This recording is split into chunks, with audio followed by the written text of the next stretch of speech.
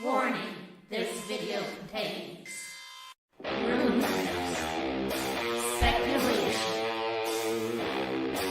strong opinions,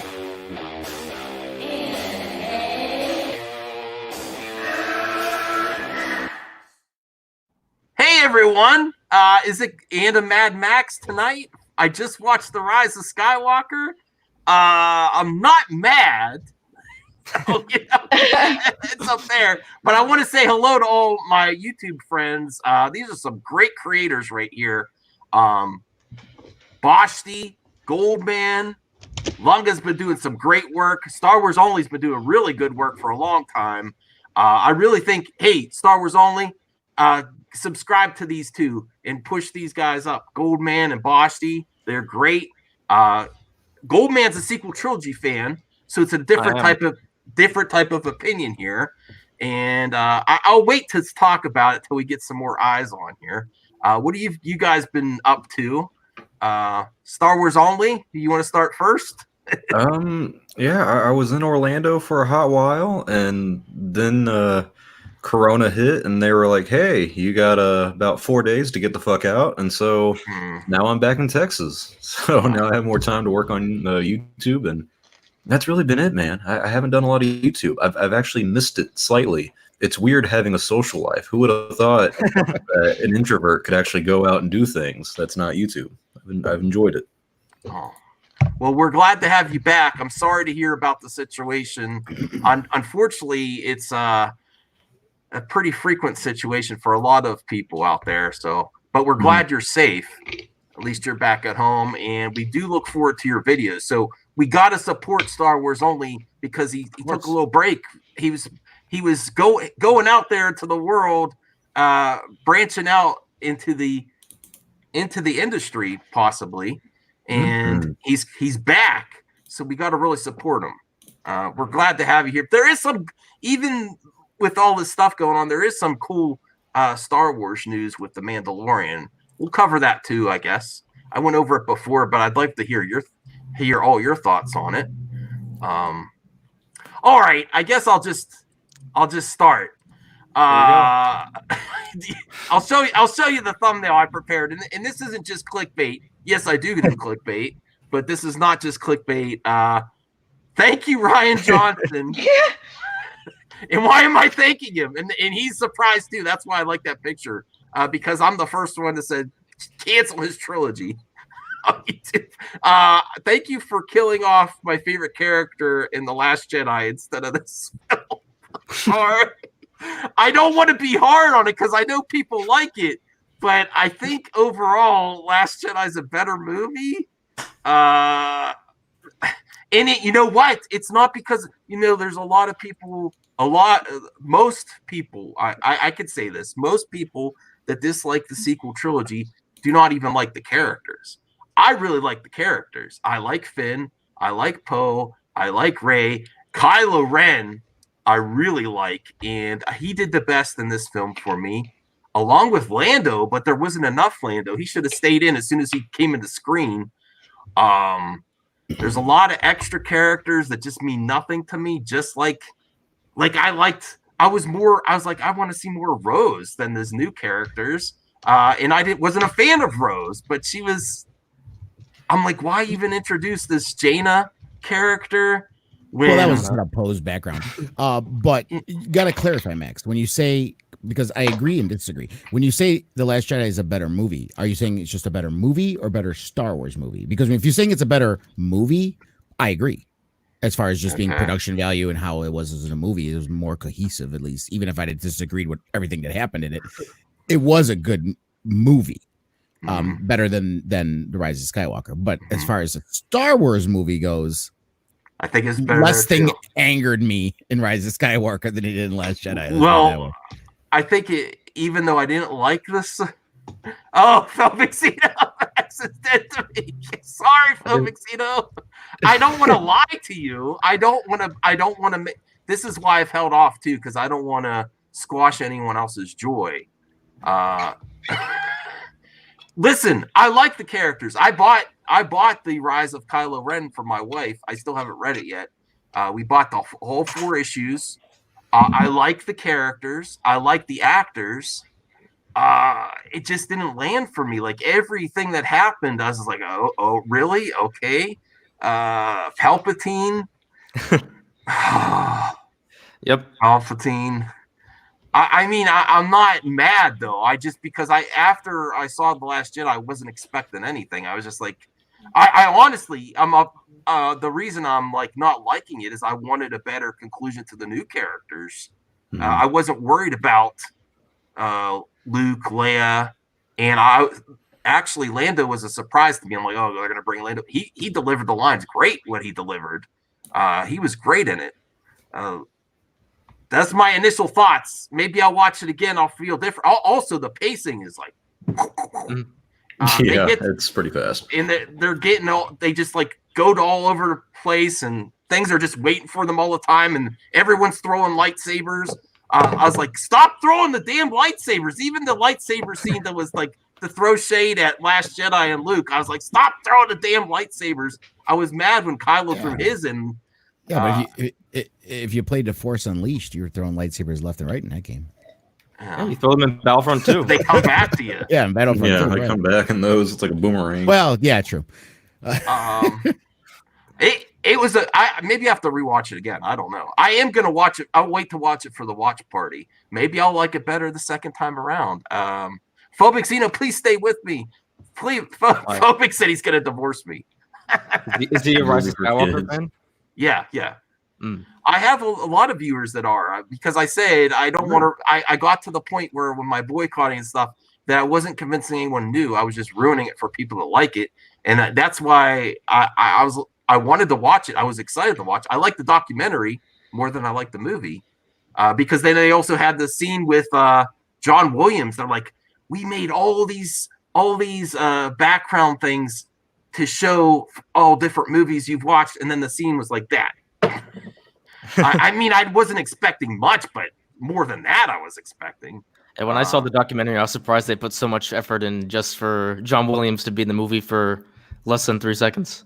Yeah. After seeing the documentary, it was an odd cameo too. I remember watching the film, and my friend who I saw it with looked at me. He's like, "Was that John Williams?" I was like, "I don't fucking know, but I'm pretty confident it was." Like, it wasn't like some of the cameos are way too obvious in some scenes that they've done in the past, but that one was just kind of like, was that really him? I couldn't tell, because if you look at like Attack of the Clones, Ahmed Best and Anthony Daniels made cameos as, you know, human forms, and it was very clear that's who they were. This one was like, is that John?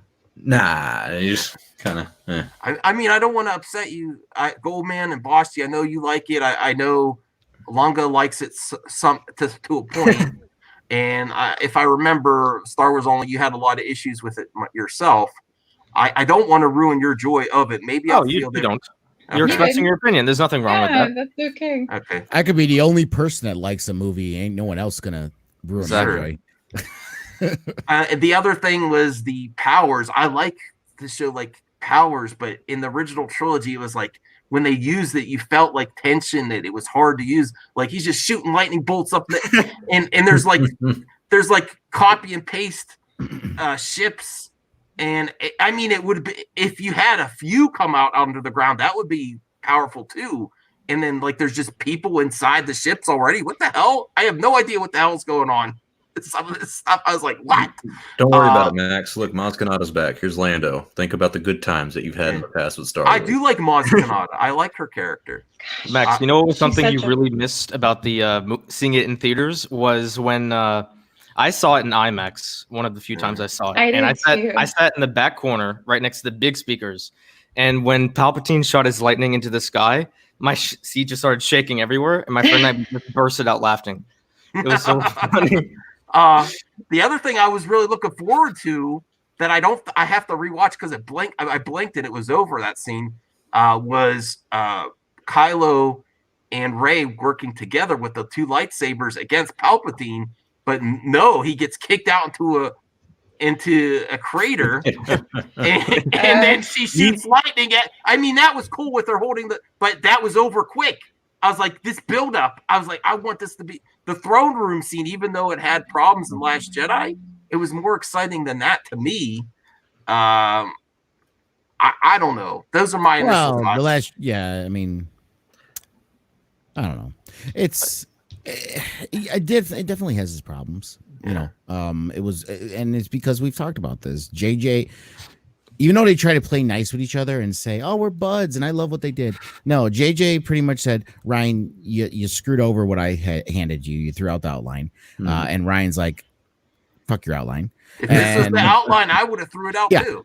And then JJ's like, "Oh, I get the third movie? Well, fuck your movie." And then he just made his own and tried to put two movies, basically what would have been his outline for the second and third movie, all into one, which was a mistake. I'll tell you what I was surprised by. Harrison Ford coming back, I thought that would be cringy.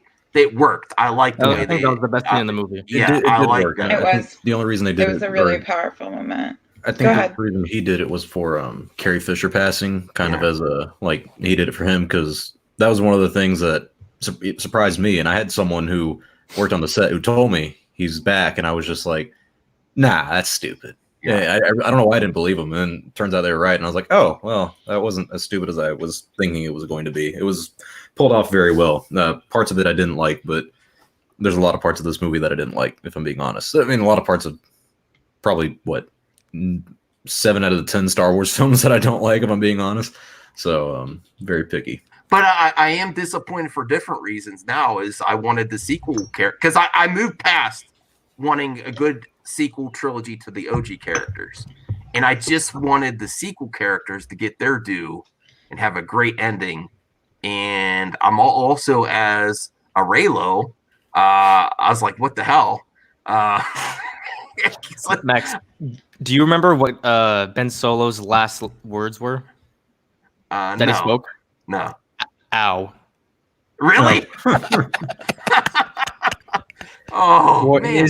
His last real word was dad when he was with Han Solo, and then his whole Ben Solo redemption stuff, he only says ow and doesn't say a word. Yeah, he doesn't say a single word. It's nothing but body language. Ow. Yeah. What an why does he fade away, but the Ed Ray is sitting there waiting to be revived? But here's the thing, sorry, Max. Like it or not, with that final scene with no dialogue, Adam Driver sold it with that body language. He did great. He's been carrying the trilogy this entire time. I mean, look at those shoulders. Yeah. I mean, he's the guy who is truly the best actor out of the 4 of the new cast. With Oscar Isaac and John Boyega, Daisy Ridley. He's the best out of the 4. I mean, there's a reason this guy doesn't show up to in that order, sir. Yeah, you're probably right. I would say Oscar Isaac's the one below him, and then John Boyega, the better actor than Daisy Ridley, who isn't bad. Hey, I love you, brother. I'm not gonna lie to you though either. I gotta tell you what I feel. Yeah, I mean, this was for Daisy Ridley's first major role, though, wasn't it? It was, yes, it was, and that's one of the things that JJ told her was to not really take up, because this is what I like that they do with Star Wars films, and this is something that Lucas brought in back in '77, was not to have major actors as your main role. And people can make arguments about who was main actors back in the '70s and '80s. There's always proper defenses for its time, but when you bring in those new actors that no one's ever heard or seen before, you actually care about the character instead of the actor. That's why I can't stand the idea of Keanu Reeves being Revan, because I'm going to see Keanu Reeves instead of Revan. I'm the same way. With Daisy Ridley, she just wasn't a well-known actress, which is fine, but she's also not an amazing actress. And so JJ told her not to take up a lot of roles. And I think now that the sequel trilogy is over, I don't think we're going to see her in a lot of films as often as we did. Even when she was in Star Wars, she was in 1 or 2. But now I think she's going to be kind of taking a back seat because she dealt with the harshness of the Star Wars fandom. And as we all know, it's a complicated crowd to deal with. And it's a crowd how long did I know. Yeah, we all. I mean, Hayden Christensen didn't take a role for how long? I mean, did he ever? Basically, he did that one movie, Jumper or something like that. Good God, y'all remember that? They should have brought him back. They should have brought him back for this. He was in the movie. He was in it. Yeah, he got a voice credit, but Hayden. And I hate saying this because people give me shit for it, and it's mostly prequel fans. Hayden's just not a good actor. Love the guy to death. He's solid. He's just not a good actor. Yes, It was the lines. Yes, it was George's directing. He did what he could with what he had.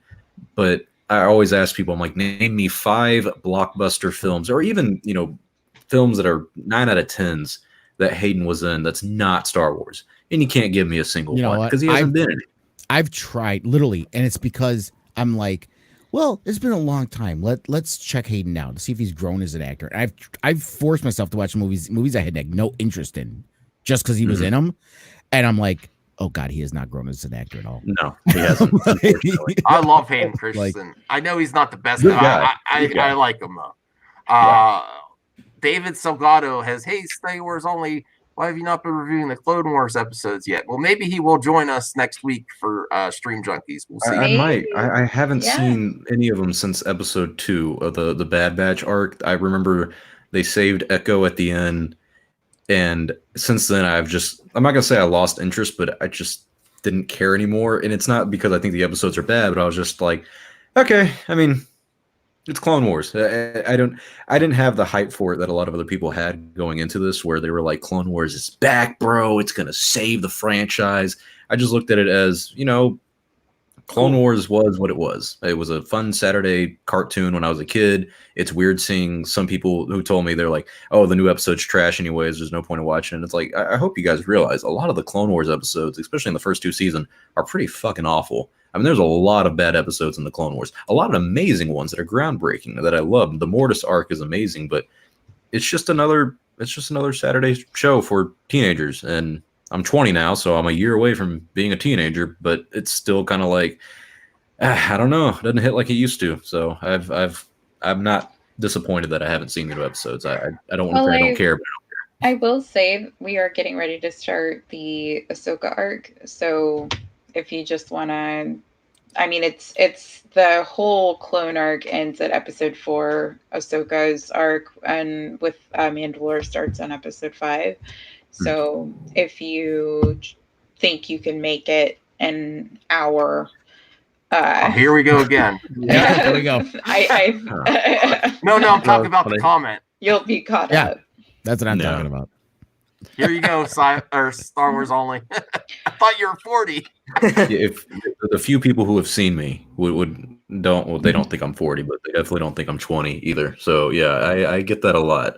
Everyone in Orlando said I had the biggest dad vibe energy out of anyone they knew in their 20s, which was, I couldn't tell if it was a compliment or an insult, but I'll take exact it. Opposite of most other YouTubers. I'm not naming names. No. No, we don't want to talk about that on a video. Oh yeah. No. Yeah. I'll watch it again. I'm interested to watch it together with you guys. I want to watch it with Goldman and Bashti. Yeah, because I actually loved Rise of Skywalker. Great. I'm happy. No, I am. And I, as a former Reylo, was actually given everything that Adam Driver had to do to carry the franchise, I'm actually pretty satisfied with the ending that he was given. I am a big fan, and I actually made a first takeaway video. I think it was the first video I ever did on YouTube, is my initial takeaway of Rise of Skywalker. And I'm a really big fan of complicated romances. That's why I initially was such a diehard Reylo, because Force Awakens, their tension was really complicated. It played with a lot of, very complicated and more mature themes. So I definitely shipped that pretty hard, because I just felt like it was speaking to an older audience. It required emotional intelligence and complexity and a particular empathy for trauma. So given everything, how it could have ended, I'm really happy. I'm big on books like Don Quixote. I understand the heartbreak of books like For Whom the Bell Tolls. So I knew walking into this that I wasn't going to get exactly, or not me, but Reylos were never going to get exactly what they wanted, because it would be boring. It would be too obvious. You know what I'm saying? And I as much as I would have loved for them, you know, to like have more Skywalker babies and, you know, like pursue that like lineage, it just, you know, sometimes you have to learn when to stop to beating a dead horse. You know what I'm saying? Like, it's time to explore other opportunities. There's other families, there's other, you know, opportunities. So I'm just like, it was as beautiful of an ending as I think I could have hoped for. I definitely needed more Lando. I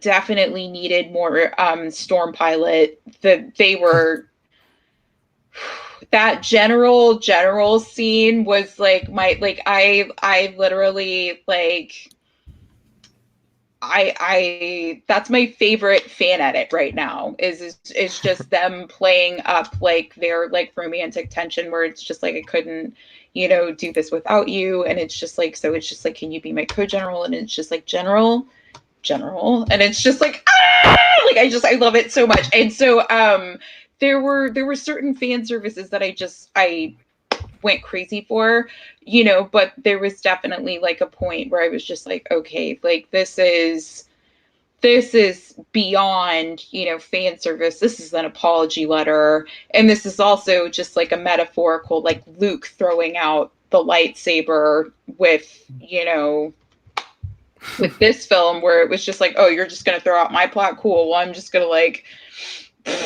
serve everything that you haphazardly, you know, initiated. Like, I'm gonna serve it up piping hot like a dish and just do the exact same mentality. And there was no care. You know what I'm saying? Like, there was no delicate hands. There was no, you know, like strategic handoff. It was just like, it felt like a battle of egos between the two films. And so I have very divided allegiances and loves for separate reasons. You know, like I appreciate both takes, but I can't pick a favorite between the two. I don't necessarily think one did better than the other, because again,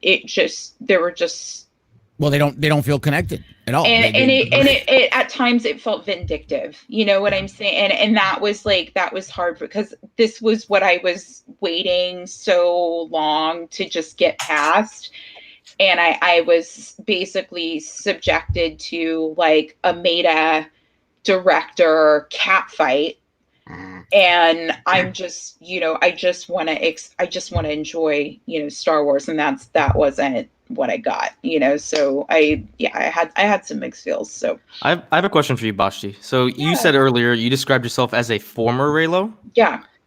Was it after Last Jedi that you weren't one anymore? It was after finding out that Adam Driver felt like he had to hide his son from the public eye because of all of the, you know, obsession around his character as Kylo Ren, and the lack of responsibility as, like, you know, on Reylo channels and like authority figures, you know, to just really kind of like separate the reality. All they did really was just kind of not necessarily create like an echo chamber, but they created like these platforms for like basically justifying their theory to a point where it had to belong in the film, or like it just felt like people were going to start committing like Hari Curry, you know what I mean, like in the honor of like, you know, real. And I liked the kinkiness of their like dynamic, so I that was not a hill I was willing to die on, you know. Like I didn't want to write 3,000 word essays on how it represented, you know, like a new age Pride and Prejudice in space. Like, no, like I didn't even look at it that way from the very beginning. It was naughty, you know what I'm saying? It was, you know, it was the ever elusive forbidden romance that takes place in all of the Star Wars films, you know. So I was just like, it's a new take on something familiar. I'm here for it. We can't even see his mace. He's got like, or his face. He's got a voice modulator. He's just like talk. This is, I'm here. And then it literally was the whole agenda. And I'm just like, you know, So it wasn't because of the story that the crazy fans. No, because I love the edits. I love the passion that, I love the different perspectives, surrounding that particular ship, but it didn't have to be the only one. You know what I'm saying? I am more of a diehard Storm pilot shipper than I am, like a real, because it was just, again, it's naughty. You know what I'm saying? And it's playful and fun, and it's just, that never stopped being that way with that ship. And I think I feel like the Reylo sect of the fandom just kind of got lost in itself. It lost the plot, you know what I'm saying? Where instead of it, and just enjoying the fact that it existed and then it got validated, they just kept demanding more. And the fact that they got this really poetic, ending, if they had just done their research, and just really had looked into 20th century literature and seen other parallels of tragic romances, they would have understood, they would have seen this coming, so for them to just fall out, have a tantrum, just no, we have to make sure he lives, and just they're still pushing this agenda and trying to find evidence that he survived, and I'm just no, no, stop with the pregnancy, stop with the baby, stop it, just stop it, just let him be dead, you know what I'm saying? Let him have kinky, naughty, he's a Force ghost, so let him experiment with that, you know what I'm saying? Go there, but just please, let it, just let it die. Let him be dead. Just let him. Please, let the past die. Him be dead. Yeah. There's a comment in the comment that I just want to address. Reach for the Skies said, "Man babies just don't understand what Rian Johnson was doing with Luke." I would object to using the word man babies. I have legitimate reasons as a writer and knowing the character on why I think his treatment was bad. And I did a video on it. And Goldman here disagrees with me and he even said, he has his own video on it too. But we can agree to disagree on viewpoints. But again, calling people man babies who might have a legitimate reason as far as knowing the character and as far as understanding writing and why treating a character in the middle of a trilogy this way doesn't work, or a legacy character, isn't the fact that they're man babies. Don't let the internet outrage fool you. Not everyone who was upset with what happened with Luke is one of those people. Yeah, I can't stand what happened with Luke, and I don't hate Rian Johnson for it. I mean, I don't know. People used to really strongly dislike him, but I'm okay now. No, I don't even dislike the guy. If I was at a bar and Rian Johnson was there, I'd be like, "Hey, can I buy you a drink? And you want to talk film and Star Wars?" I am annoyed with him as a writer just because of the fact he did that interview talk about how he hates world building, and professionally, as a person, I wouldn't say, but professionally, I'd be like, "Why the fuck did you take it then?" He's an interesting case. Well, I mean, and what I like, I think someone alluded to this earlier. I think it was Bashti talking about these two directors kind of going at it, JJ and Ryan, on their films. I don't even think it's that. I don't think it's like they had some petty. I'm pretty confident JJ was a little petty towards Ryan after what he saw in The Last Jedi, because I remember he even said in an interview when he was reading the script, because he was a producer on the film, he was like, "Wow, that's surprising! Like what he did with Luke and everything." And so I think what it really was is just two completely separate visions on what Star Wars should be and what it is. JJ looked at it and said, "Well, I'm really good at the nostalgic factor. I'm really good at what people call the member berries, where he gives you that feeling of what Star Wars was, but also bringing in something new and kind of as a start to the trilogy." And Ryan came in, and his vision was, well, it's kind of, and he makes a good point, unoriginal. It's not really creative to just simply do what we've already done before. Why don't we take this to a different route? Why don't we keep ourselves in a bubble and not worry about what the fans think? JJ doesn't look at it like that. He wants to please the fans. He wants to, in some cases, cater towards the fans. And I can respect that, but not only is that not what you should do with Star Wars fans, because you're never going to make any of them happy with catering to them. You could literally rewrite, well, not even rewrite, you could word for word make the Knights of the Old Republic trilogy and just go off the entire story from the games, and people will still bitch at you for, even if you did everything beat by beat, every single thing. Like, I'm talking nothing different at all. People are still going to hate on it because fuck you, it's Star Wars. And I'm pretty confident that's kind of how Ryan looked at it, where he was like, there's nothing I can do that's going to make these people happy. Why don't I tell the story I want to tell and how I think this story should go? What I do find interesting. Good. My objection to that is... Oh. Yeah. Are we? You'll have to come back in and out. Okay. No, maybe. Oops. While she's coming. Oh, sorry, go ahead. Oh, no, it's okay. I don't. I was gonna say the other moments that made me like. I actually was swearing. Was the Hux? I was like, oh god. I really I let it loose. I'm like, that was so freaking lame. Not only because they said he was the spy, but then right after he said the spy, it's only because I don't want Kylo to win, and then he gets shot. I'm like, oh my god, this is such a I was so pissed off for that. It made actor. sense for a character, in my opinion, but it just I think it's because of what happened with I mean, let's be honest, Hux wasn't a good character from the start. And The Last Jedi kind of looked at it and was like, well, he's shit anyways. Let's just shit on him the entire movie. And that's one of the big problems I have with the sequels is that there's not a single villain that's kind of I don't want to say terrifying, but yeah, menacing in some way where you look at them, you're like, ooh, they're on scene. Like, I really want to see. That's what's great about the original trilogy is that you look at the bad guys, when you see them, you're like, ooh, what's their next move? Like, yeah, Tarkin's very cold and menacing, and Vader's very ruthless in what he does. And so it's interesting to see what their next move is, because sometimes it's unpredictable. You know, it's ruthless. You know, it's evil. With these new villains, I mean, they're jokes. I mean, they're literally, like, Hux is literally a fucking joke in The Last Jedi. And so when it comes to episode 9, you get this new Admiral guy, I can't remember, Pike or something. Pride. General, yeah, Grand Admiral Pride. Pride, yeah.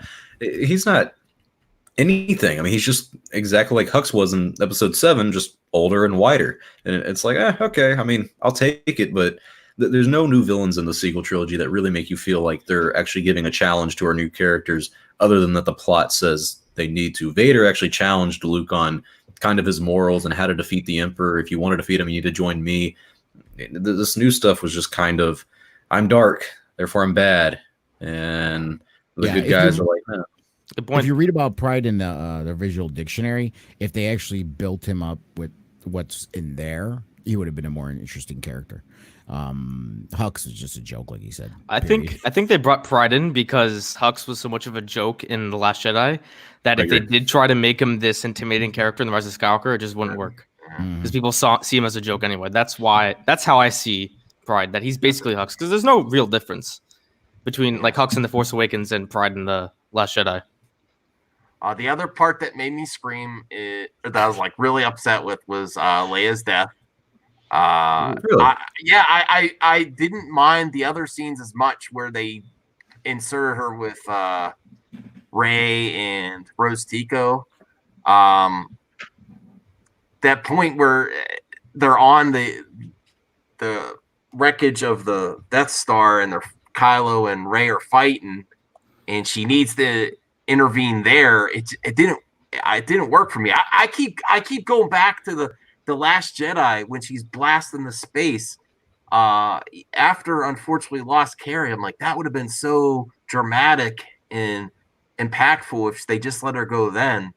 To me, that scene where, like, when I remember being in the theater the first time I saw it, and when she was going, and then I'm like, no, they're not, and then realizing that they're actually going to bring her back. But that was like, and then to have Kylo on the triggers of the ship and not fire, and then her still die because it's part of the First Order, would have really messed with his head too. Like, even though he didn't actually pull the trigger, he's still the cause of his mother's death too. That would have meant that I keep thinking of that impact and how that would have been power. I mean, it's my expectations, but I keep thinking that would be so powerful. I agree. I think if she would have died in that scene in The Last Jedi, it would have been a lot more shocking. I mean, I remember when it happened, I was like, my mouth dropped. I was like, whoa. Yeah, did they just kill her off like that? I also think it would have been the same thing. It would have been the same rage like we experienced with Han's death. Like, I think people are just like, I think the fandom's had enough of just being robbed, like, of characters. I'm sorry, dude, but like, given the circumstances, the fact that Carrie just wasn't even there, her death was really meta. You know what I'm saying? Like, and it you had to really kind of like read between the lines in the sense that like all Kylo wanted to be like was his father. So she literally just projected, she like, yes, it is a direct contradiction to what she says in The Last Jedi, where she's just like, my son's not left. My son's gone.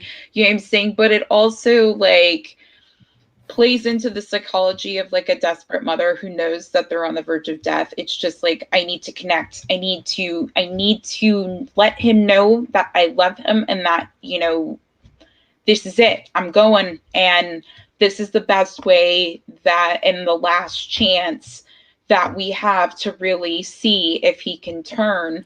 And I just think that was it. You know what I'm saying? And if you really look at it through the lens that it's Leia puppeting Han to connect with her son, it really changes the dynamic. And it really, I'm like tearing up because I'm a daddy's girl. So like, that's the one thing that I would need in a moment where I had to change absolutely everything about my life. That's the person that I would want to have that conversation with, is my father. So it's like, I get where he's coming from. And then for like a mother who had given up on her son to understand finally in her final moments what he needed to come through and help save this movement. Yeah, like, it's just, I don't know, man. Like, that's some pretty powerful shit,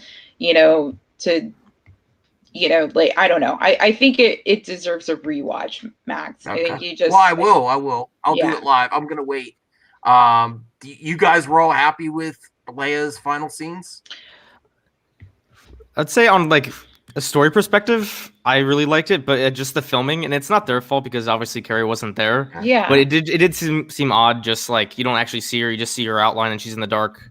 And I give the film a pass because they couldn't actually have Leia there. But yeah, when I first saw it, it did seem, I was like, oh, it's so unfortunate they couldn't actually have Carrie Fisher there to film this, because I do think it's a really powerful scene. I agree with the sad part about it is they got the visual, the rotoscoping was good, but the lines they took, I'm sure they had way more lines than these like very generic, cheap throwaway lines they gave her. Yeah, it was very like you were saying, Goldman, is that it was kind of a weird circumstance of not having her around. But I think in hindsight, 10 to 20 years from now, people who don't understand the situation that we had going into this film are going to look at it and be like, dude, this is really fucking awkward to watch. I mean, like, you can tell.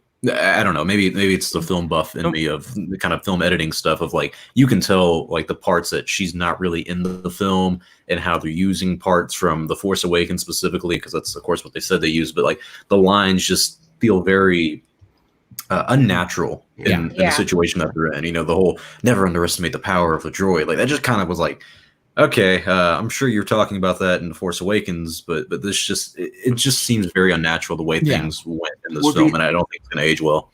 The other thing that upset me about her death is that it was supposed to have an impact, and then it kind of halfway. I mean, of course, he turns back. Kylo goes more to the original Ben after it, but he's also, it's undone right away by Rey killing him and then bringing him back right away. I was like, oh, there's not enough time to let it breathe. Right. And I wanted her to have more impact. I guess they're also saying the impact is why no one answered the call before, but they heard Leia died. So now everyone, and that looked just as ridiculous to me as all the Imperial ships, that many ships, all of a sudden, no one at all. And then everyone. Yep. In the whole galaxy. I was like, come on. Like, there's too many things of convenience in this film that, like, I mean, it happens in all films, but this many stacked on top of each other.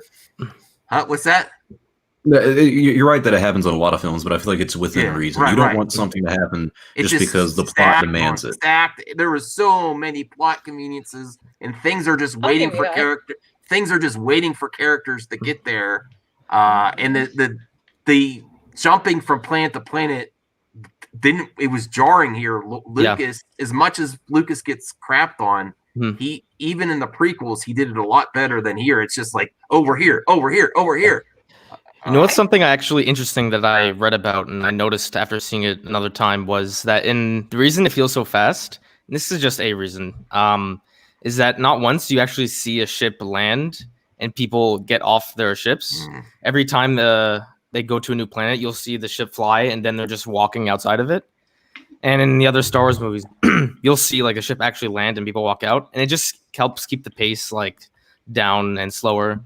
But also establishes where they're at too. Yeah, I mean, you don't get that with this one. And even the impact with Rey with the lightning hands and the ship and Chewie getting caught. Okay, that was really intense. But then, like 5 minutes later, Chewie saved already. I'm like, God damn it! Everything gets I agree. Everything gets undone right away. There's everything that's supposed to be impactful, and you're waiting for.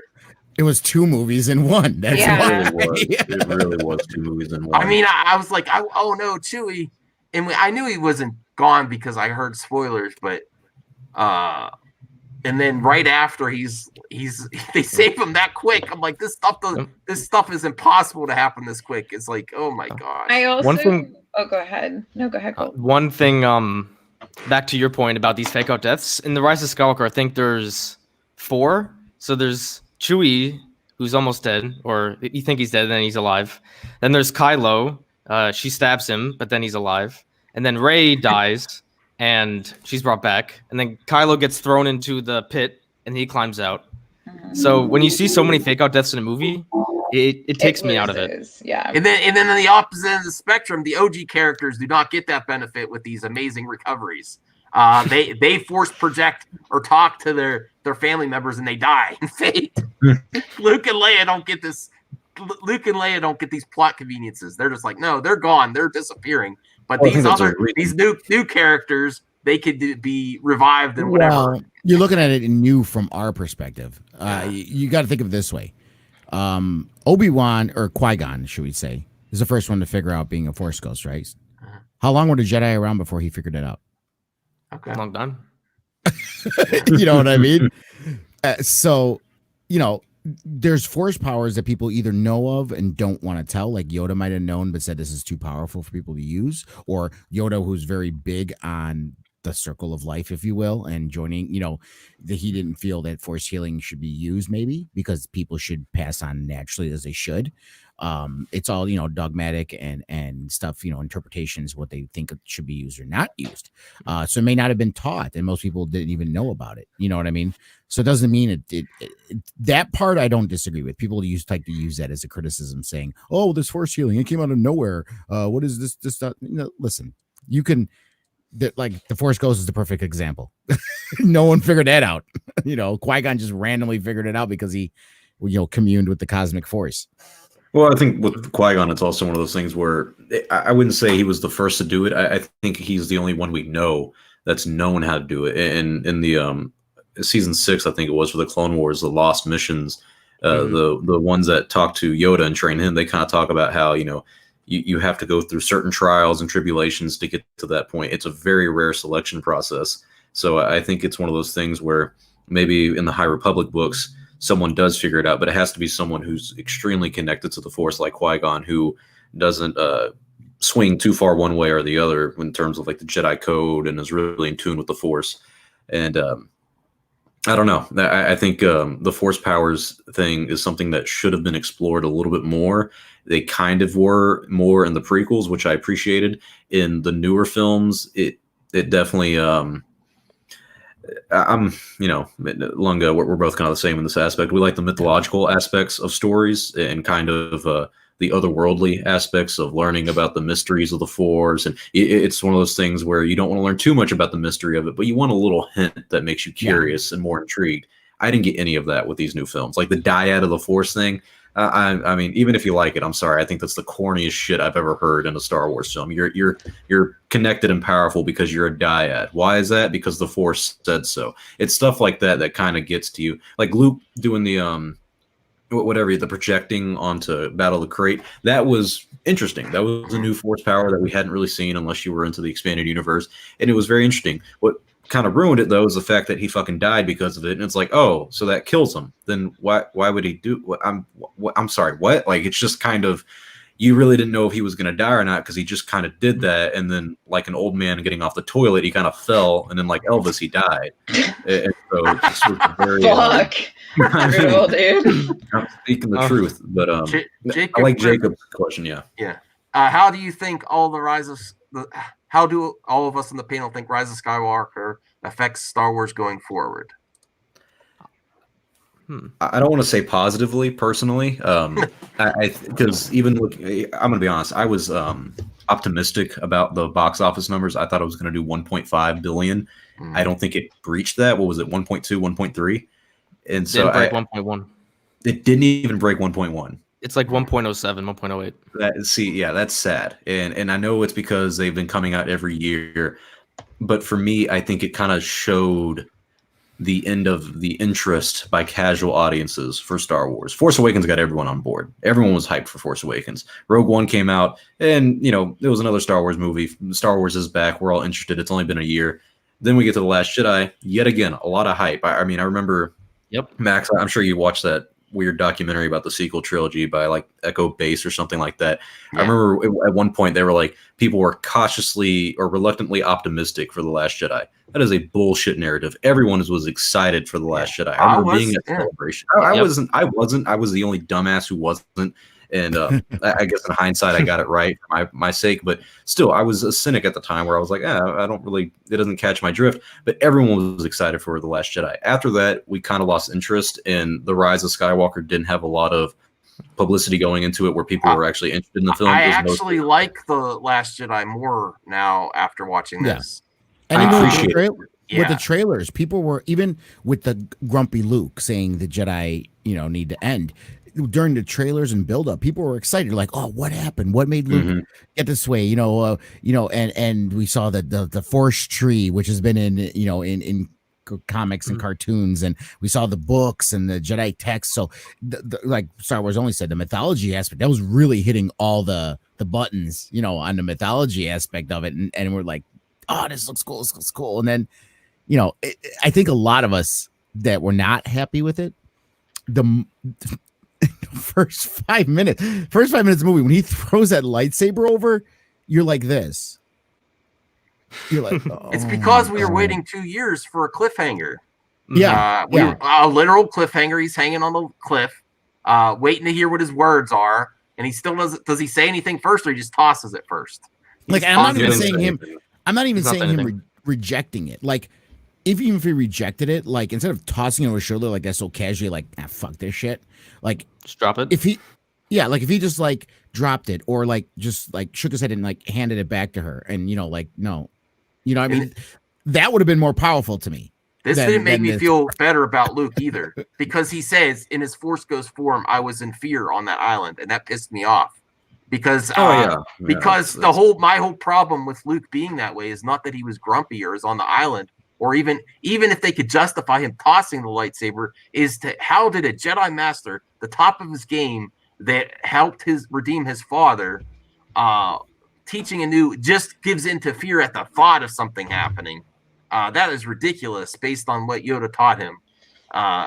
If he got that way, I want to see something that powerful happen, and they still didn't fix that in the Rise of Skywalker. I'll give you that. They did not. They did backstory, but it was just to show Leia and him training together. I still have nothing that justify. Like, I can totally accept The Last Jedi. I think the force projecting scene works.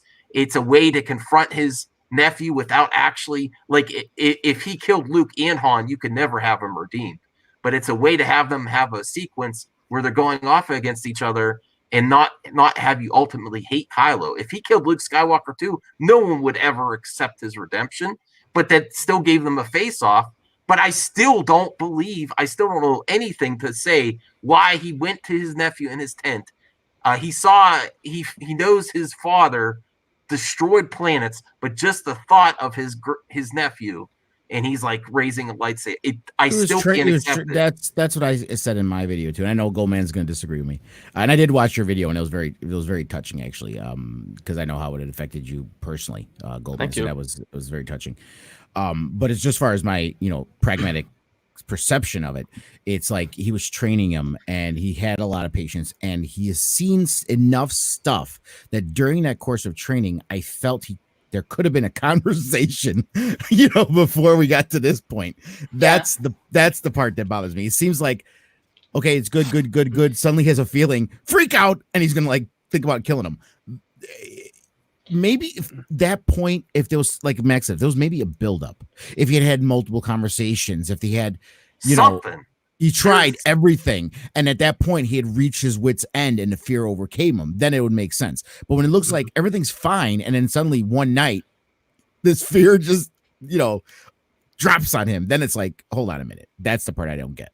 It did feel random. It did feel I almost want to say chaotic in storytelling, because who Luke is, and you see him kind of go for his nephew like that. It's one of those things where it's going to be an endless debate that you're never going to get to a real, I want to say, factual or conclusive answer of why he did it, why this is like, why we each see it in our own way. Because I agree with both of you entirely, but I know people like Ryan Johnson and people who like Luke's character also see the complexity of it and look at it a little deeper and see a different result of why it happened. So it's an argument that no one's ever going to win. One thing I do want to ask you guys, though, back to the whole Star Wars surviving past Rise of Skywalker, there were some comments that I actually almost agreed with and forgot about, because this is an argument I made for a long time for the sequel trilogy, is that Star Wars survived the prequels, and like them or not, God, I'm an asshole, because I'm always like, I don't care if you like them or not, they're bad films. They are bad films, but we did survive them as a Star Wars fandom. And if anything, Star Wars is more alive than it's ever been, at least in the past 5 years it has been. And so I guess I want to ask you guys is, do you think the same situation is going to happen where in 10 to 15 years from now, as we kind of get over the sequel trilogy, we'll be into this new era of Star Wars? We're getting into it right now with the High Republic of Star Wars content that we all can kind of go, you know what, the sequels happened, let's continue on. I think this has done a little bit more damage than the prequels, not in like to the name and reputation of Star Wars, but I think the prequels did a lot of damage to the Star Wars reputation, and the sequels added on to it. It just kind of like a double whammy where it just keeps kind of going down. Some people it goes up, but for casual audiences, I think it's just kind of going down. The problem I have as far as the future goes, I think, first of all, the first thing you got to do is rebuild what they're doing, because the Skywalker series is over, right? We're done with it. Okay, we're moving forward. It's done. They have to rebuild that general audience through Disney Plus, because that's how they're going to get them. And they're doing it already with Mandalorian. And we'll see what else they do with this Cassian Andor and other stuff. They need to rebuild that general audience there, hopefully. Okay. Other than that, down the road, 10, 15 years, like you said, my concern is this. When the prequels came out, a lot of the oldies, like me or people older than me, were like, this is shit. This is not as good. They like Revenge of the Sith, but everything else is like, this is garbage. Whereas the kids, like when you were a kid, you guys ate it up. You loved it, right? I still love it. So all these, people who were kids when the prequels came out grew up and saying, hey, I really like the prequels. I loved it as a kid. Yeah, now maybe when I look back, I could see problems with it. But you know what? I really loved them because I grew up with it as a kid. I don't think there was enough kids watching the sequel trilogy for that generation to come. That's the problem I have. Kids were not interested in it. Maybe young adults. Okay. There was, people in their young 20s, maybe some teenagers. But when you're talking about the, adolescents, that 7 to 13 demographic, like there was with the prequels, I don't think there was that many of them that care enough. I think there's an audience, but I wouldn't say it was as much as the prequels. And the reason I would say that is because of Marvel, other things that they can watch. And I mean, right. I know a lot of kids who watched it and were, they love Star Wars, but a lot of like the guys in like high school or probably middle school, if they like Star Wars, it's mostly, oh, bro, did you see the new prequel meme about, General Kenobi and all that stuff? It's mostly that stuff. And I don't think say what you will about the prequels, they resonated with our culture a little differently, where it was universally hated. Sequel trilogy hasn't resonated with our culture at all, in my opinion, because even when The Phantom Menace came out, I mean, we can have a whole conversation about the hype going to that. There's never been anything more hyped than the Phantom Menace. Fucking game. That was nothing compared to the Phantom Menace. And the disappointment afterwards and the disappointment to the prequels itself was a culture thing for a good 10 years. I think with the sequel trilogy, since like you were saying, there's not that group of kids who really are going to feel attached to it 10, 20 years from now, not as much as the prequels. I think what we're going to see is happen is they're going to become a forgotten part of the franchise and just movie history of like, oh yeah, you remember episodes 7, 8, 9? Yeah, whatever happened to those? I don't know. Let's watch Endgame again or something. No one's going to really look back at it fondly, in my opinion. Some people will. But you know what I think the big...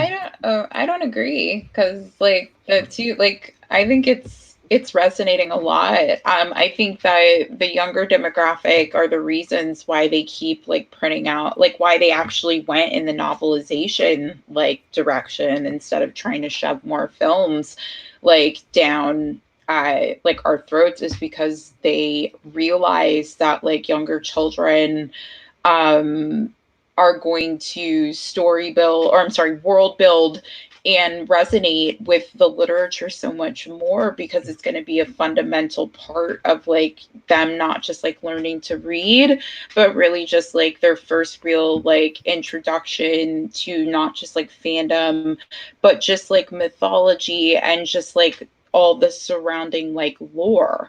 Like they could have done more cartoon shows. They could have made it like more stream accessible. No, they actually went in the direction of like that 9 to 16-year-old like target like demographic, where they're like, no, we're going to hit them where it hurts the most. We're going to punch them right in the feels with emotional development. We're going to give them like suspense. We're going to give them reading between the lines. Like that's the direction that they went. And I think that Disney realized the power of the novelizations with Force Awakens, with that novelization, and the how much obsession there was in the subtle differences between, like hinting at more mature themes in the adult novelization versus like the young adults novelization. And my final leg in this argument is the edits. The fan edits, like they literally, those are being made by 14 to 19-year-olds. You know what I'm saying? And they literally carried that Reylo ship. You know what I'm saying? And there are not just a few hundred, there are millions of these videos being put out every minute of every day since this film came out. Like it's the majority of my feed. So it's like I don't agree. I think they love it. I think they just have a very different way of appreciating it and showing their love for this film, because I appreciated the art house like ridiculousness of the prequel trilogy. You know what I'm saying? Like I love how ridiculous it was, and I was 16 when I saw those films, and that was my real, I guess, like introduction and my real romance with like sci-fi, and just how absolutely terrible it can be, but also how absolutely compelling it can be. And so I don't know, guys. Like I think I just have to disagree on that particular point. I would like to propose a third point where I'm not sure how it will be perceived in 10 years, because I think it depends a lot on what they do throughout these next few years. I think a big reason why the prequels are so beloved is because of a lot of the insular material. Like the Clone Wars, so many people love the Clone Wars. The video games back then, a lot of the prequel era video games, people that are my age, they love those games. And with the sequels, there isn't really anything else besides the movies. Like Star Wars Resistance doesn't really have anything to do with any of the characters from the sequels. So people who don't particularly like the movies, there's nothing else for them to redeem the era. Like for the prequels, a lot of people, I think most people acknowledge that the movies aren't particularly great, except for maybe Revenge of the Sith. But they have the Clone Wars, they have some of the like Clone Commando video games that people love. So it kind of gives them this nostalgic look towards the era. And if Disney, which I don't think they're going to do, unfortunately, if Disney decides to focus some of their time still on the sequel era, and trying to flesh out the characters more, like maybe give an animated series after Rise of Skywalker, I think in 10 years, the movies will be more appreciated. But if they just completely ignore it and they don't ever touch Rey, Finn, or Poe ever again, I think they're going to be forgotten. I'll tell you what's possible. Just like the prequels, people don't like the prequels, but like the OG, we might get an amazing 10, 11, and 12 in 10 years. Nah, I think you don't think? Don't get me wrong. I like the idea of a 10, 11, and 12. Who makes it is the question. Personally, right. I would they like have to a long time to plan it. Yeah, you're right. And if Lucasfilm's listening, I'd like to throw my hat in the ring. I've never directed or written anything, but I'm confident we'd find a way to work that out. You and Lunga and Boshti and Goldman all together. I'm not a good writer or anything. Oh yeah, no, we're all probably not good. Here's a story group I would love to see. We'll fuck it up beyond repair, and that's almost the goal at this point. But 10, 11, and 12. No, I going into the trilogy, I could see it happening because I was like, wow, you could really set this up. But not only did they say it's the last of the Skywalker saga, if I'm being honest, I don't care anymore. Like, not about the films, but like doing 10 years. In 10 years. No, I don't care. I'll be 30 at the time. I can't do it again. I don't think honestly, I can do another trilogy, but not related to this fucking thing. Okay. If I have to wait 10 years to see Daisy Ridley walk down the steps of some older lady who's teaching a new generation of Jedi, I won't even pay to see the movie. I'm just gonna be done. Like I'm sorry. That was my big problem with the sequel trilogy. I don't care about the characters, not even the slightest. I haven't cared about them since The Force Awakens came out.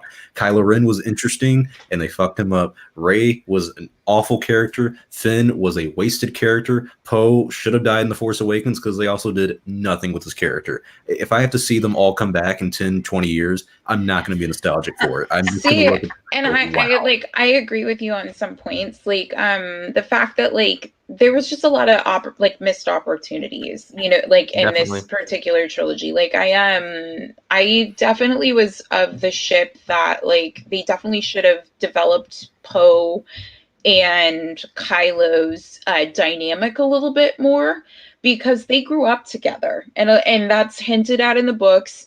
And really? and it's like they have an established relationship. That's why like them meeting in Force Awakens is so salty. Oh, okay. You know what I'm saying? So it's just like, if they could have went in they could have went in the direction where it's like there was a rivalry, and that's why they hated each other so freaking much, and why he was so willing to go there and torture him as much as he did psychologically, like in Force Awakens. They could have played up on that more. They could have literally, again, like I said, Storm Pilot Shipper, Die Hard. They could have played up like Finn and Poe, and we really had a missed opportunity in Rise of Skywalker, where it's like, I still think that those two should have been the first gay kiss, like, instead of it being these random two ladies in the backdrop that we have absolutely no relationship to. I knew about that. I didn't even see it. I don't even remember. It's very quick, and they probably took it out because of the Chinese audience. Yeah, and they should have done that.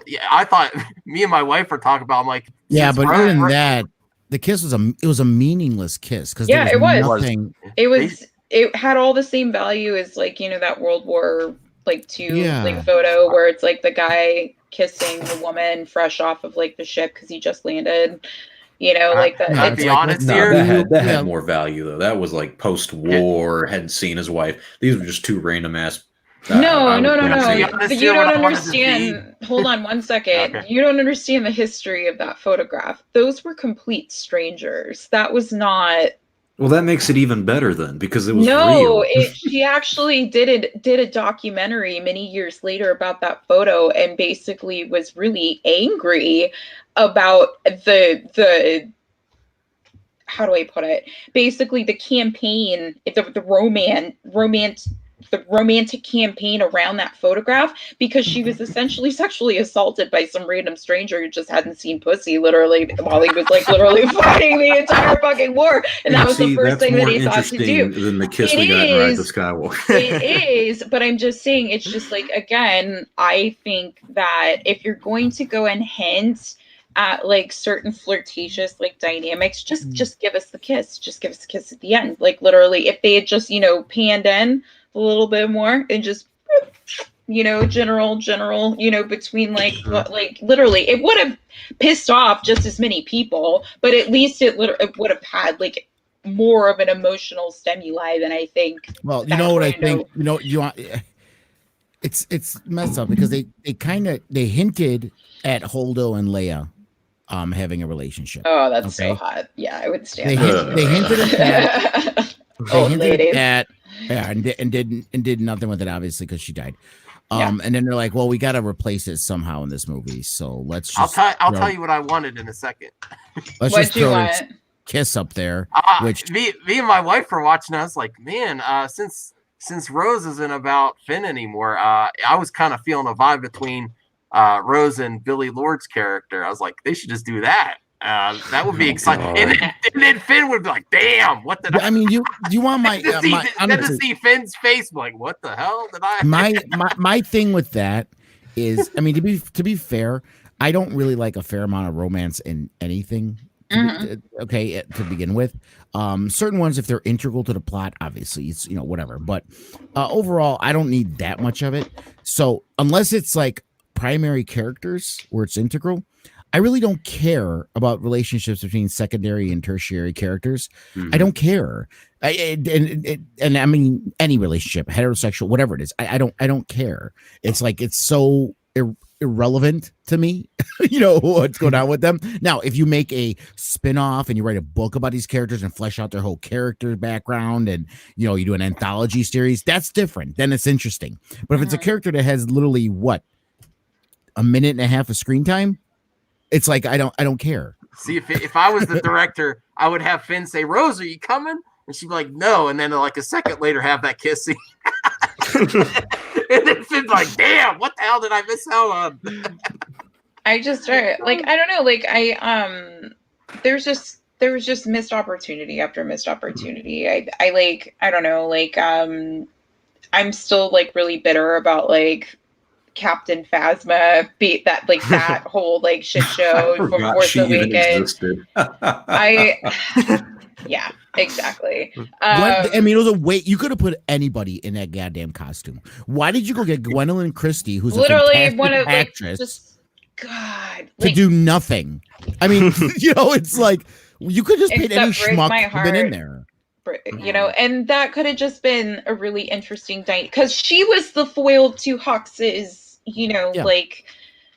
whatever the fuck Weasley agenda he had, and it's just she gave that validity and the disposal. They could have played that whole opportunity up, where it's just, I would have much rather seen her make it all the way to the end, survive the trash compactor, than just invent this character, vice at whatever pride, and to literally be more dubious than Hux. That, I feel like that was reserved for her.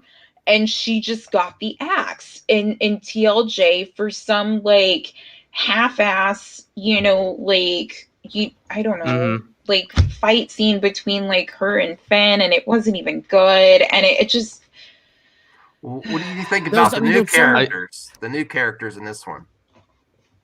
I can't even remember any new characters. Yeah, Jaina. Speaking of new characters, did you enjoy seeing Claude? Yeah, I like Claude. He's my favorite. Claude. I'm gonna Claude be is cool. I like Babu Frick. Oh God, Babu Frick was just hey. no, you're fine. Carrie Fisher, I've literally was waiting to see her cameo all year. Absolutely love the Zori Bliss character. People can. Oh, really? Yeah, I did. I just. Okay. It wasn't Star Wars. It was definitely more a Western kind of thing, that whole dialogue between her and Poe, very fun, very playful. Was it organic in that particular environment? No, but I look forward to cosplaying her for probably fucking ever. But yeah, it's just,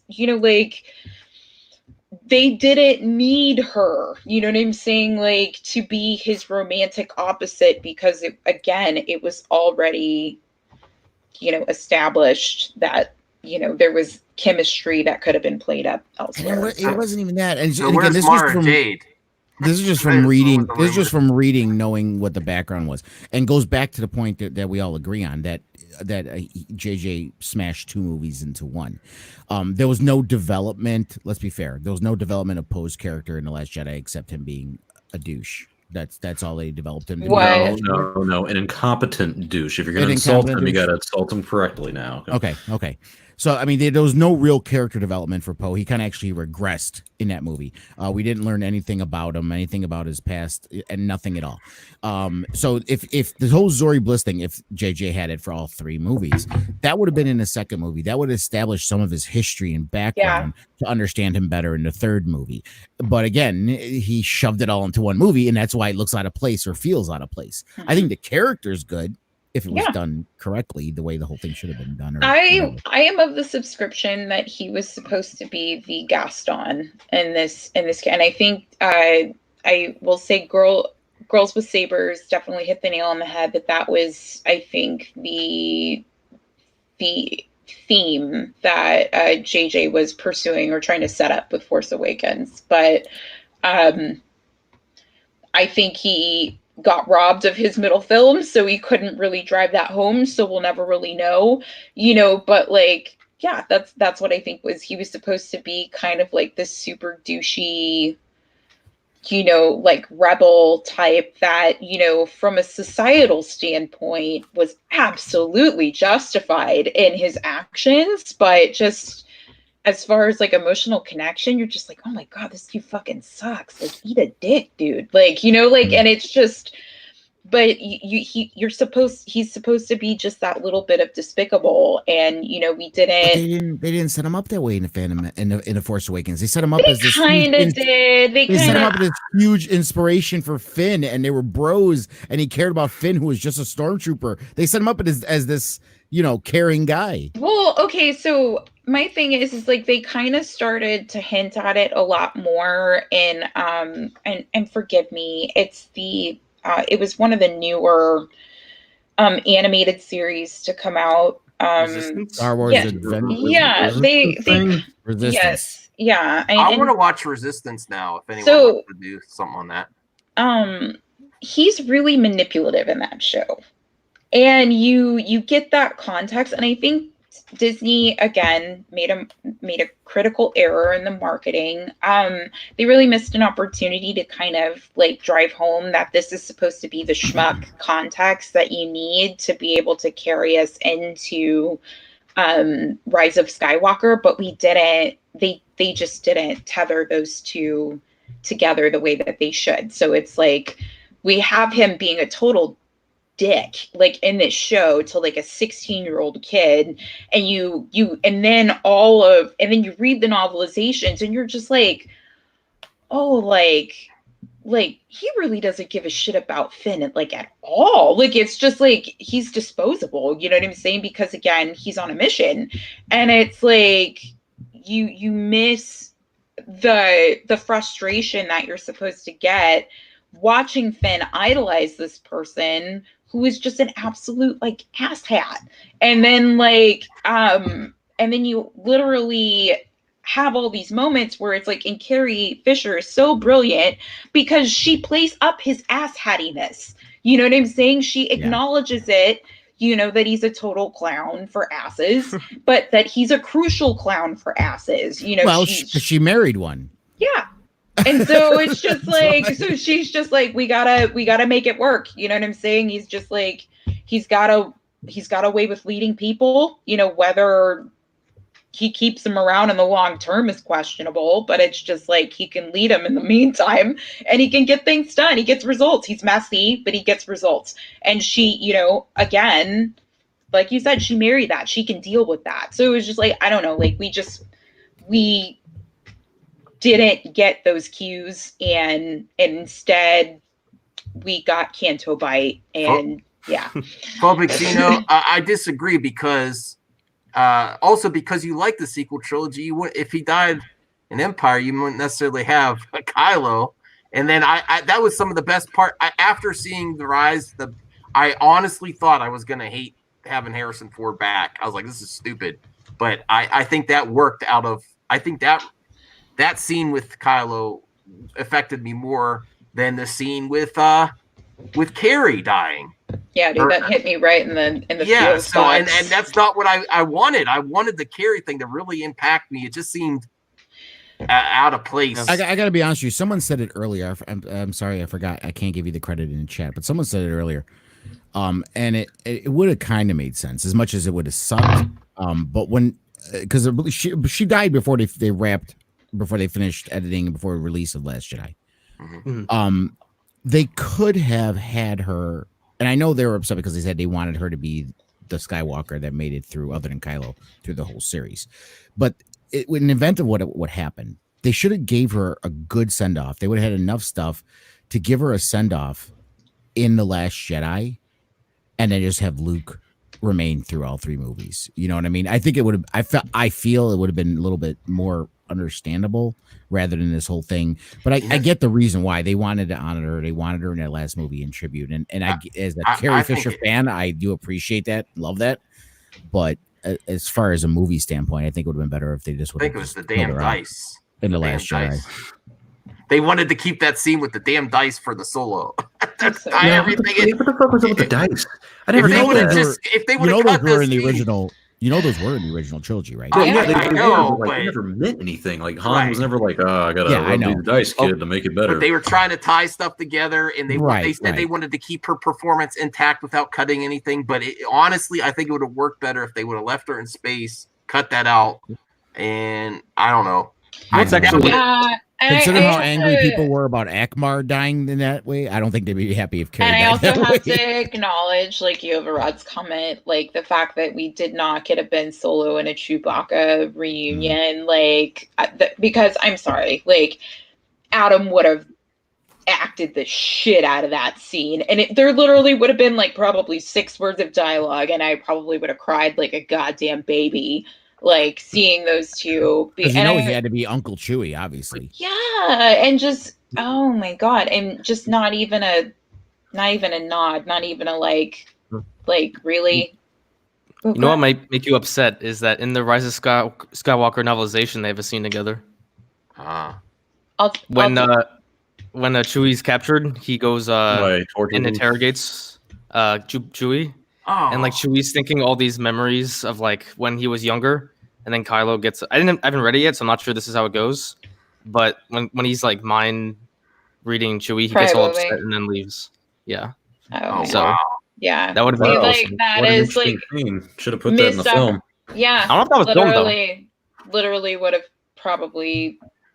I don't know. Like it's hard to put in a film because there's too much in the goddamn film. If I had to trade Daisy killing Chewie for literally, like, I'm sorry, but it's just like Adam can act circles around Daisy. I would have taken that reunion time and time and time and time again, instead of just like that stupid, like if I had to lose Carrie Russell's cameo, I had to sacrifice all that dialogue literally to get a reunion between those two, just so I can see just a follow-up to the pain that I saw when he was reunited with his father for the first time. Like, you needed to see the accountability, you needed to see the breakdown, and it was too fast. Like, I needed to see Chewie be the initial catalyst in that conversion, because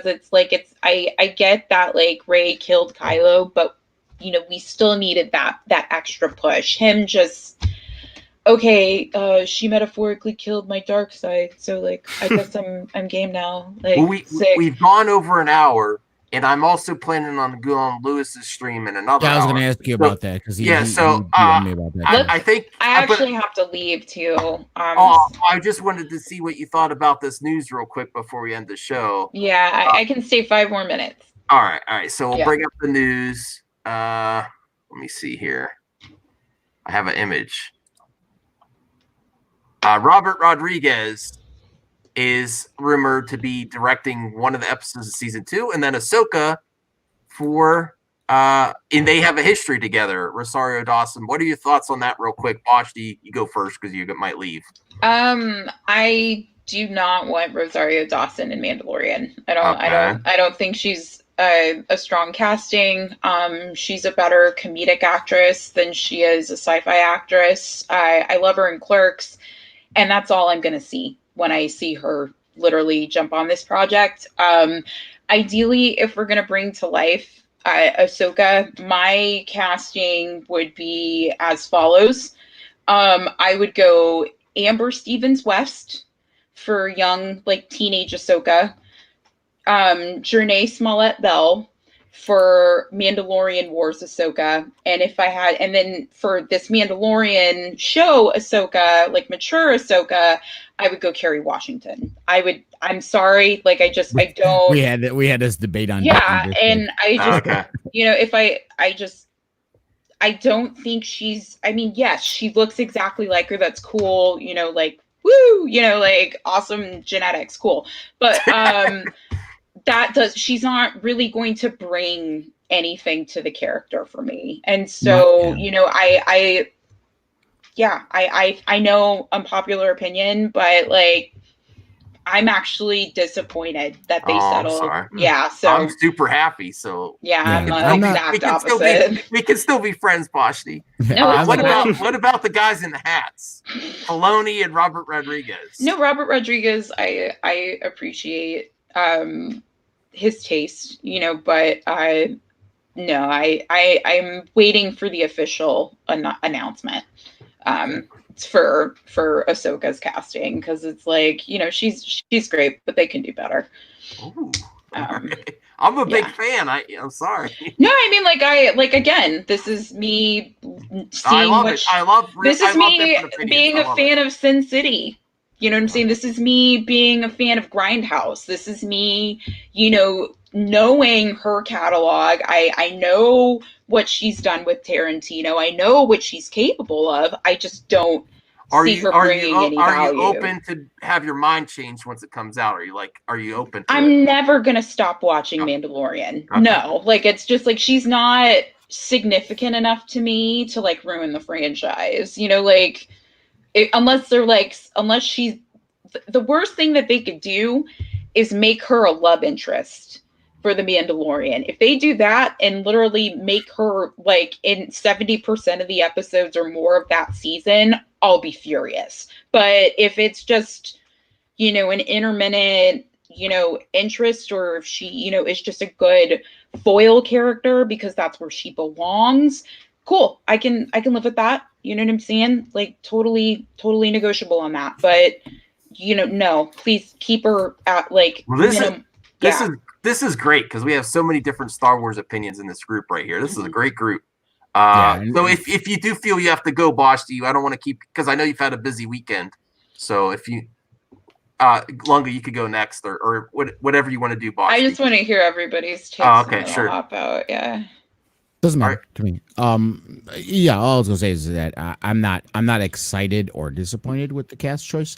I think she can do okay. I liked her in the Netflix Marvel series. In Luke Cage and Daredevil and stuff. So I mean, I think she's a decent enough actress to do it, and yeah, she looks the part. I told Boshti if I had a pick, I'd go with Amy Garcia, who was in Lucifer. And Dexter years ago. I just want to address Sci-Fi Dragon. That's why I literally said it's the worst thing that they could do to make me hate it. I'm not assuming anything. I'm telling you what would make me hate the show, right. Sci-Fi Dragon. Well, I would like to add to both of you real quick. What are you more excited about, the casting or Robert Rodriguez directing an episode? Robert Rodriguez directing an episode. I'm super jazzed about that. I'm excited about the casting, not because of the casting, but because it's confirming there's Ahsoka. Okay. Right. So that's your better news than Robert Rodriguez? Yeah. I mean, okay. I don't get super excited about directors. All right. I don't. Me neither. Okay, Star Wars only. I don't like Ahsoka being in this at all. Okay. I don't entirely believe it either. Production ended about a month and a half ago, maybe a little later, maybe a little sooner. And this news came out a few days ago. So it's kind of like, wouldn't this have been revealed a hot while ago? Like when they were doing casting or production, or if anyone had seen her on set, why is this coming out now when filming's already I wrapped? thought that too with the director also. Like they're announcing this person's going to be in the season 2 after it wrapped. They hid Baby Yoda. They did hide Baby Yoda. Ahsoka's the next biggest exciting thing. I don't know. I don't know. I think Ahsoka's being overdone. I'm not gonna lie. She has had a very interesting character arc through the fandom. She came out, we all hated her. She was annoying. She got better as time went on. Then for some reason, Rebels brought her back, made her extremely overpowered, made her basically flawless, and now we get her again in The Mandalorian. And it's I'm confused on if it's a Dave Filoni or Jon Favreau thing.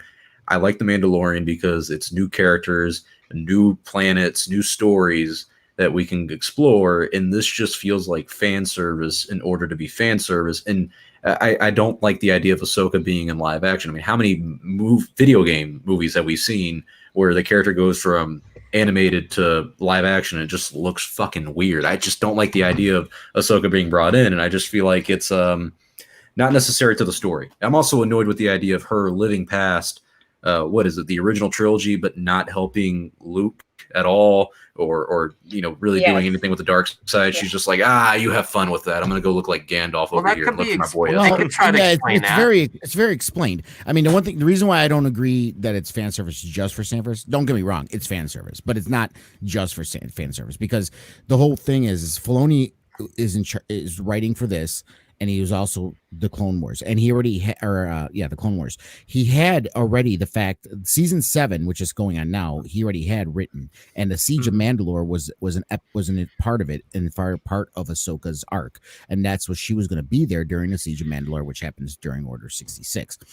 She's also not helping Luke because she left the Jedi Order and she's disenfranchised with it completely. Wants nothing to do with it anymore.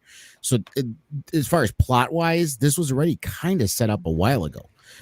So it's not really that far off, and considering this is involving the Mandalorian and what happened to Mandalore and the siege and all that other stuff, it does fit in as far as the story goes, and as far as Filoni's writing it does work with it. Now, as far as how does it translate on live action, we'll see. I can't. Yeah. I mean, but we should give the team behind the Mandalorian the benefit of the doubt, don't you think?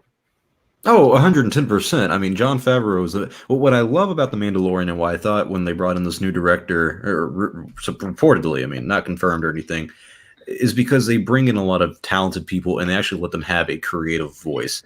And they actually let different people write. Rick Famuyiwa, Dave Filoni, Jon Favreau, Christopher Yost. These are all the people who wrote some of the episodes for The Mandalorian. And each episode has its own unique spin on things, its own unique storytelling, its own unique editing style and the way they shot it and everything. I like that aspect about The Mandalorian, and I trust the team behind it. Got to give credit where credit's due. She who shall not be named did a good job. Kathleen Kennedy did an extremely good job on producing The Mandalorian and bringing in all the people that they want. Now, I know there's word on the street that's absolutely fake and not true at all and doesn't know how the business works, that Kathleen Kennedy's not allowed on the set of The Mandalorian season 2. Oh my God, my eyes almost got stuck on It's stuff like that where you're like, what the fuck are you actually talking about?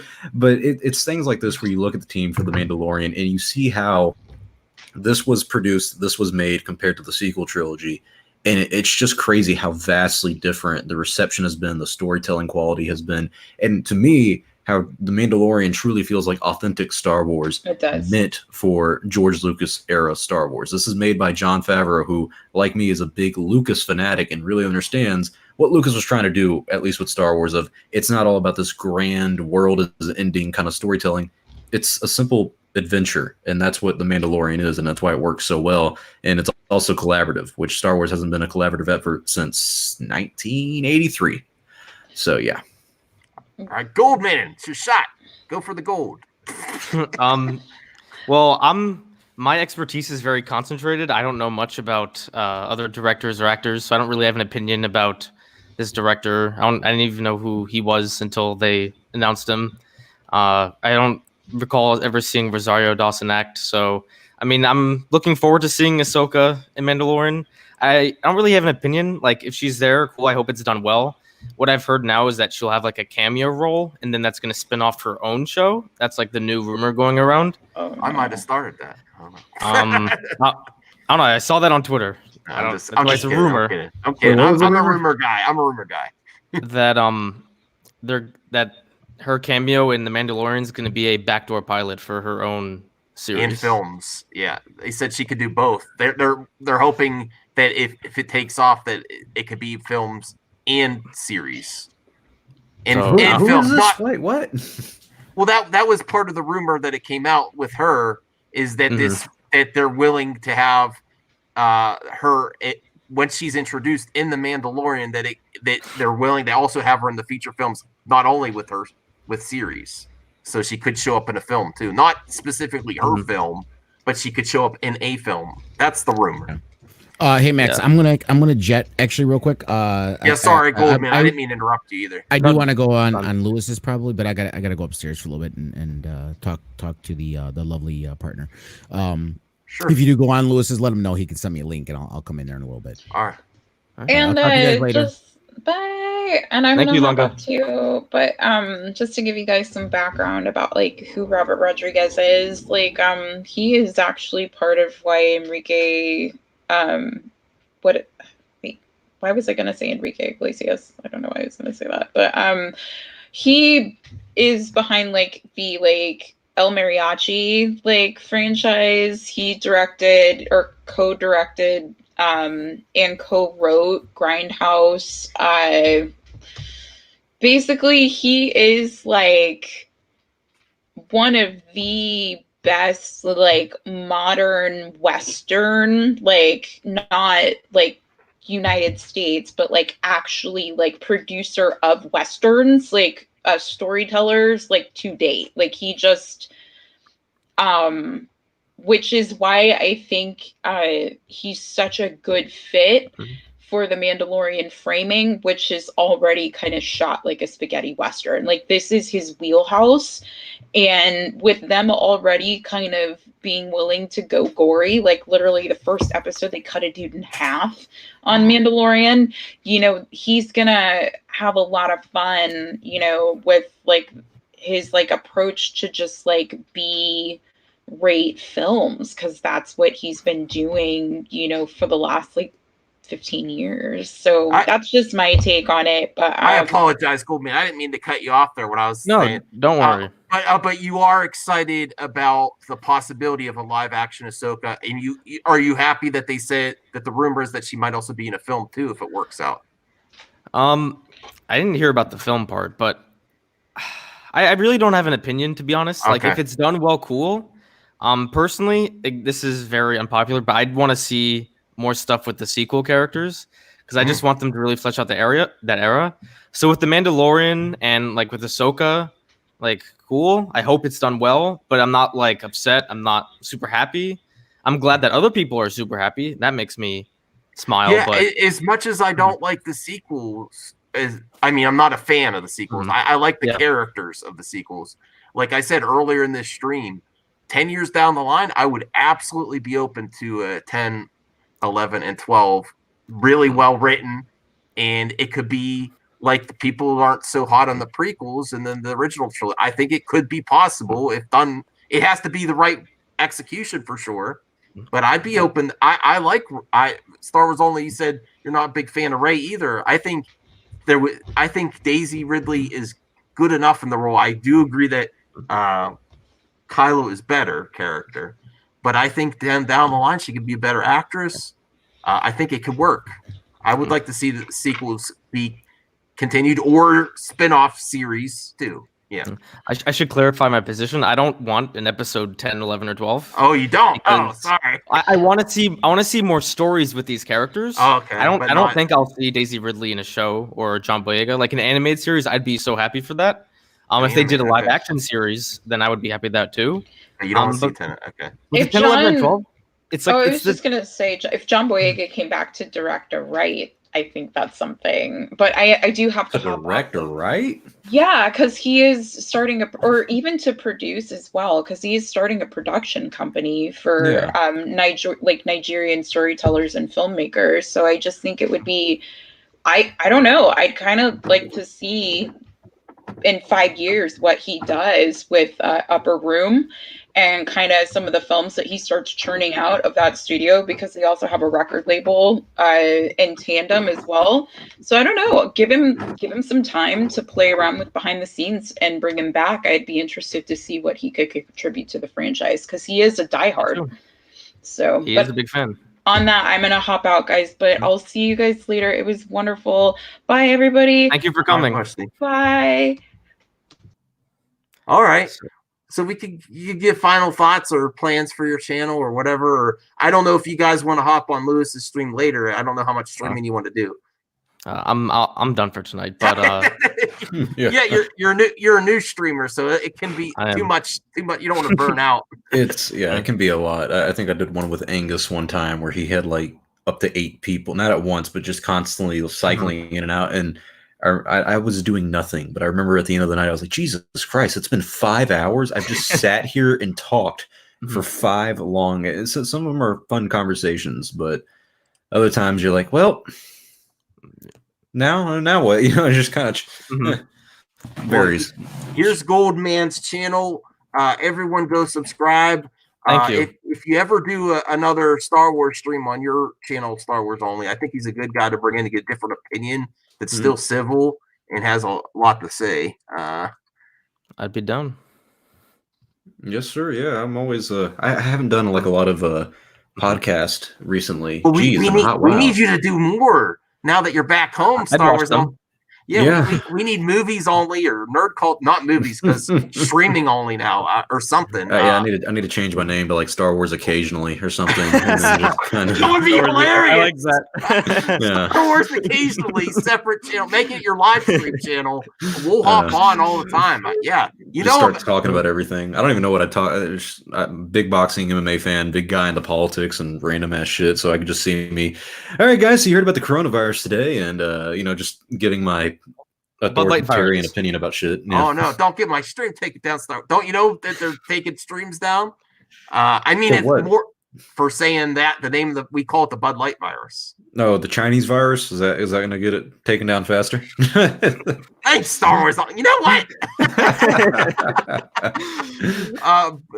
But I don't know if you are you up for going on Lewis's later too? Star Wars Only. I'm not sure. If he'll have me, I might make. He would love it. Not like I'm doing anything, if we're being honest. Yeah, he would love for you to pop in. I'm sure. He's having a real because he's getting affected both ways too with access, and his regular job is in like collectibles and selling at events, and he's at home, so he's ready to stream. I'll tell him, hey. But yeah, I might pop over for a little bit. Goldman, I really appreciate you coming on. Thank you for having me on. Yeah, he's got some great videos, and I was glad to talk to you about it because I know you were one of the curious viewers of my reaction. I was very curious. Mixed. I'm not mad though. I'm not mad because I was mad after The Last Jedi, and I actually like it more now. Besides Canto Bight, you should rewatch The Last Jedi now. Yeah, I will if you want me to rewatch it, or actually I still haven't watched the Ortega cut on BitChute. I have no interest in watching that. Oh, you don't want to watch it? Me either. Am I the only one who never fucking cared? No, I just want to see what he did. I mean, now that I kind of like The Last Jedi more now, but I'll do a stream after we watch The Last Jedi over again. Like we'll make it a kind of similar to this. Watching The Last Jedi after The Rise of Skywalker, going back to watch it.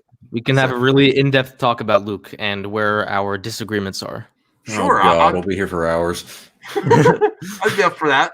So, pimp your channels on your way out, and whatever you else want to say, I'm going to end it because I do plan on stopping on Lewis's. I'm sure Lewis would love to have you on Star Wars Only because he's wanting lots of people to come on, and he said you're a good friend. So, I've never talked to the guy, but I'll take it. Lewis from Nerd Report. Yeah, I think the most interaction we've ever had was he commented on this awful documentary I made called Star Wars: The Fans versus Disney. My second most popular video, 1 million something views. Oh, so happy I thought to make you guys were friends. No, but he commented on that. He was like, "Thanks for putting me in there," because I wanted to put him in there because he was in a documentary called The People versus George Lucas. and I know people hate it. I fucking love that documentary. It's such an inspiration to me, and he was in that with one of his friends. So I really wanted to put him in my documentary. Because I remember when I had him. The reason I assumed that is I had a live stream with him on, and you're like, "Oh, Lewis is here. He's a cool guy," and I'm like, "Oh, they must know each other." I guess I assumed too much. Yeah, no. We're just very cordial from afar. Okay, all right. Well, goodbye, everyone. Thanks again. Check out Goldman's latest video. He's doing. Let me see that just to give you a taste of it. What it's the Clone Wars saved Anakin. Interesting video essay he does. That's what I do. I do these like video essays about Star Wars. I have I've done 2 about Luke in The Last Jedi, and I did one about the clones just in the Clone Wars, and now I did Anakin. That's an interesting topic to make it. You said Anakin was made better by the Clone Wars. Absolutely. Yeah, I like that video. Smash the like button. Bye, everyone. Good night. All right.